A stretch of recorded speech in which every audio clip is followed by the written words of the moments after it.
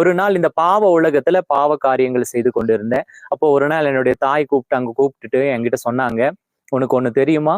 நீ பிறந்த பொழுது நீ தாத்தாவை பார்த்திருக்க மாட்டேன், அவர் உயிரோடு இருந்தார். நீ பிறந்த பொழுது உன்னை கையில் ஏந்தின உன்னுடைய தாத்தா உனக்கு ஆபிரகாம் என்று பெயர் வச்சாரு. ஆபிரகாமன் பெயர் வச்சு, இவன் தேவனுக்காக ஊழியம் செய்வான், தேவனுக்காகவே வாழுவான், விசுவாசத்தோடு இருப்பான் அப்படின்னு சொல்லியிருந்தாரு.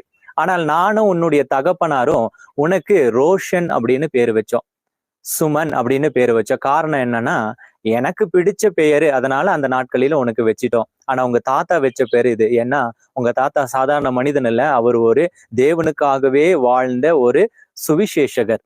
இந்த பகுதியில அநேக மக்கள் இன்றைக்கு கிறிஸ்தவர்களா மாறி இருக்காங்கன்னா அதுக்கு காரணம் உங்களுடைய தாத்தா, உங்க தாத்தா கூட்டிட்டு வந்த மிஷினரிகள்.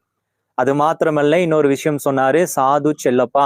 உங்க எல்லாருக்கும் தெரியும், அந்த காக்கி ட்ரெஸ் அணிந்து ஊழியம் செய்து கொண்டிருந்த சாது செல்லப்பா அவர்கள் இந்த நீலகிரியில வரும்பொழுது இந்த இடத்துல இருந்து இந்த வாசலில கூட்டங்களை நடத்துவாங்க. இரவு கூட்டங்கள், பகல் கூட்டம்னு அனுதினமும் உபவாசத்திலேயே வாழ்ந்து கொண்டிருந்த மனிதன் அப்படின்னு சொல்லி. ஆனா நீயோ இப்படியும் இந்த குடும்பத்துல பிறந்து இப்படி ஒரு ஊதாரியா இருக்கியே, இப்படி பாவப்பட்ட மனுஷனா இருக்கியேன்னு அடிக்கடி நான் இந்த பாவ உலகத்துல வாழ்ந்து கொண்டு இருக்கும் பொழுது என்னுடைய அம்மா கடிந்து கொண்டு சொல்லியிருக்காங்க. அந்த நாட்களிலே எனக்கு ஒரு பொருட்டே கிடையாது. கிட்டத்தட்ட ஒரு 7 இப்போ இந்த ஊழியம் நான் துவங்கி 7 வருடம், 7 வருடத்துக்கு முன்பதாக, ஒரு 8 வருடத்துக்கு முன்பதாகன்னு வச்சுக்கீங்களே.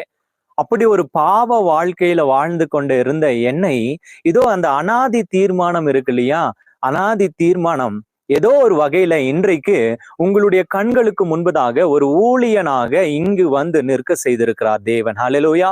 இந்த முன்னோர்கள் நம்மை தூக்கி ஆசீர்வதிக்கும் ஆசீர்வாதம் வெறுமையான ஆசீர்வாதம் கிடையாது. அது வெறுமையாய் திரும்புவதும் கிடையாது. நாம முன்னோர்களை பார்க்கிறோம், ஆபிரகாம், ஈசாக்கு, யாக்கோபு. அவர்களுடைய சந்ததிகளை அவர்கள் ஆசீர்வதிக்கும் பொழுது அவர்களை எப்படி ஆசீர்வதித்தாரோ அப்படியே அவர்கள் ஆனார்கள் என்று பார்க்கிறோம்.